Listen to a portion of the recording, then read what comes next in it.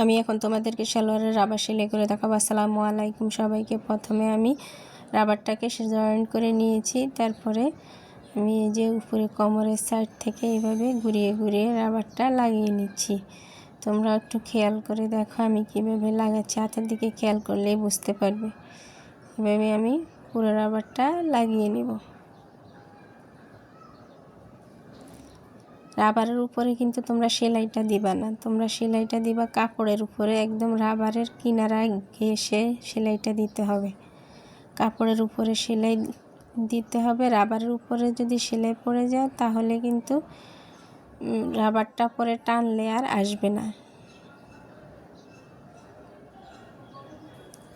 যে আমার সেলানো শেষ হয়ে গেছে, এখন আমি রাবারটাকে সেট করে নিব। তোমরা ওইভাবে সেট করে নিবে। প্রথমে রাবারটাকে এইভাবে 3-4 বার টান দিয়ে সালোয়ারের রাবারটাকে সেট করে নিলে তাহলে কোথাও কাপড় বেশি কোথাও কম গুছ লেগে থাকবে না। আর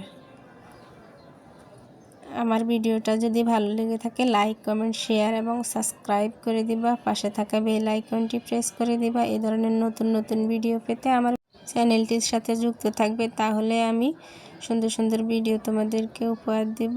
আর আমার ভিডিওগুলো তোমাদের কাছে কেমন লাগে কমেন্টের মাধ্যমে জানাতে পারো।